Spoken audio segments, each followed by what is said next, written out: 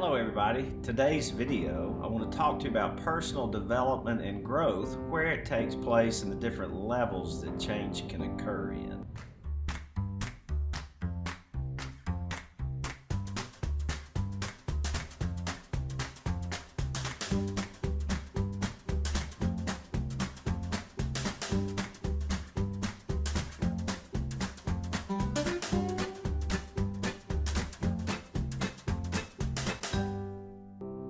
Robert Dilts created a model called logical levels. This is his model, not my model, but I want to share with you his framework for thinking about personal change and growth because I've used it to help myself. Spiritual growth is the deepest level where a change can take place. The best example I can give you in the scripture is about Saul. Saul was a Christian killer. He was a murderer. He chased Christians, put them in jail, had them killed. He was there, I think, when Stephen was stoned. He hated Christians and was a Christian killer. He was on the road toward Damascus with some other people when he encountered Jesus Christ. On that trip, he was going to kill some other Christians. You can read about this story in the book of Acts. It's very interesting. A lot of things happened to Paul and even the other people that were with him. On the road, he heard a voice, and the Lord said to him, Paul,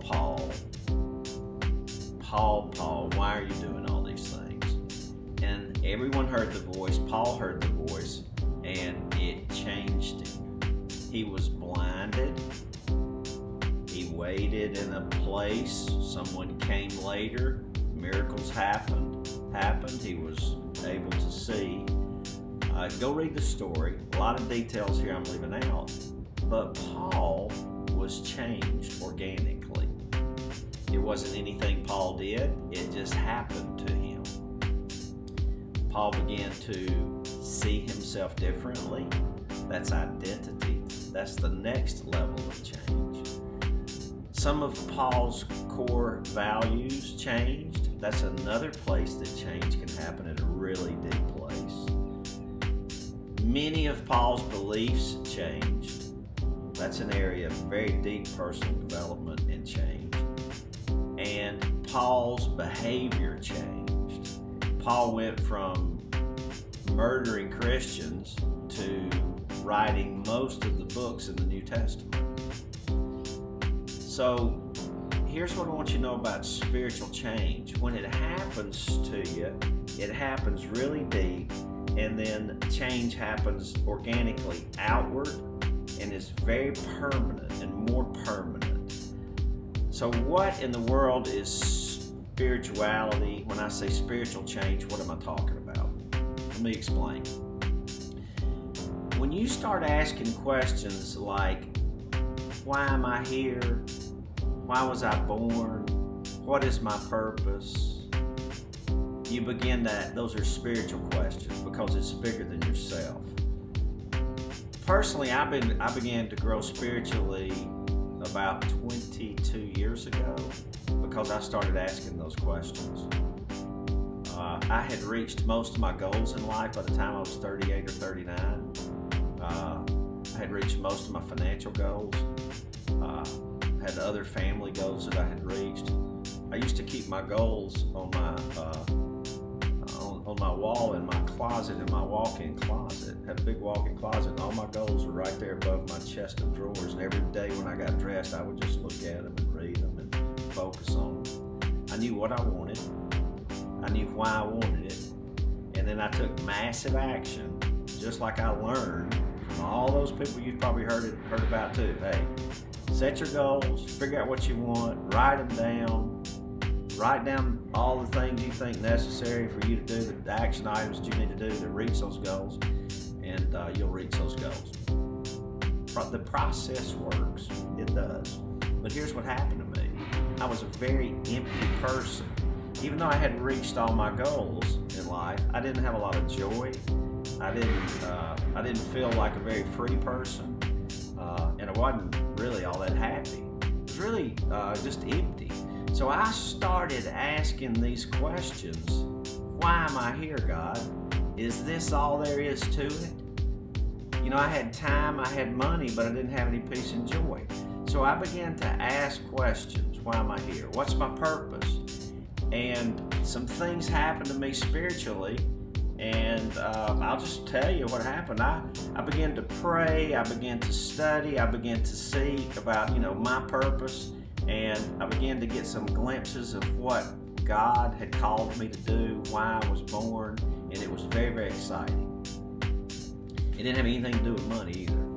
And I went to listen to a sermon at church, Raymond Culpepper, at Metropolitan Church of God in Birmingham. Raymond preached a sermon. I can't tell you what the sermon was about. All I can tell you is that when I sat there, it was like his eyes were laser lights into my soul right here. And I couldn't really sit there without crying. I was overcome with weird feelings, crying. He would say something and it would just penetrate me, like, yeah. And at the end of the service, I found myself down at the altar. I don't know how I got there. I was like in a trance. It was really weird. And he said, what can I do for you, son? And I told him what I was thinking, and I was crying and telling him all these things. And he said, son, the anointing is really strong on you. Let me pray for you.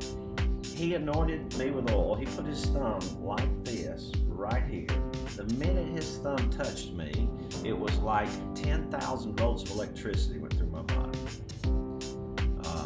It was like I was delivered from some things. It was almost like I gave birth to something. It was a very significant kinesthetic process. And I couldn't stand up and I couldn't get up. Everybody left the church except me. I was just laying there on the pew, kind of wiped out. It was a wiped out feeling, but at the same time it was energetic. It was really hard to describe. And I asked my wife at the time, I said, did you see that? She said, yeah, I saw it. I said, what did you see? She said, you were just up there shaking. And I left, I went home. But from that point on, things in my life began to change. Upside down. My values changed. Some of the things that I believed changed.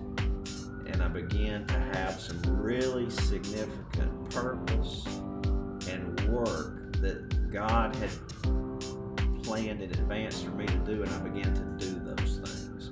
So that's the spiritual process. That's where spiritual change and growth occurs. It's the deepest level that change and growth can occur. I had just begun to change spiritually and really grow spiritually. So that was an event. And then later it was a process. And you might say, well, how do you begin to grow spiritually? And the way that I have done it and the way that I do it is I pray, I sit still, and I listen to God. And you'll know things, and you won't know why you know it. I'll probably talk more about that later in the next video. But if you really, really want to grow, ask God why you're here. Seek that out. And you can pray some stuff in Ephesians. Lord, give me your spirit of wisdom and revelation so I know you better. Show me the hope that you've called me to. Show me the hope that you've called me to. I prayed that prayer every day for 21 years. And it gets clearer and clearer, more and more clarity in my life. And if you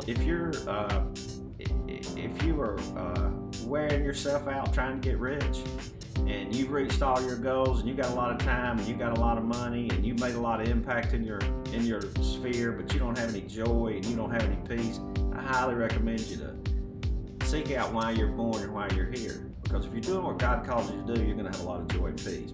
It's not going to be easy. It won't be easy. In fact, it'll be harder. And I'll share some of that with you later too. But that's my 10-minute testimony about where I started growing spiritually. Got much more to say about it, but I hope this video encourages you, comforts you, and strengthens you. If you want to know more about how to find your purpose, how to grow spiritually, reach out to me. I'll be more than happy to help you and talk to you about it. Hey, I hope this video helps you. God bless.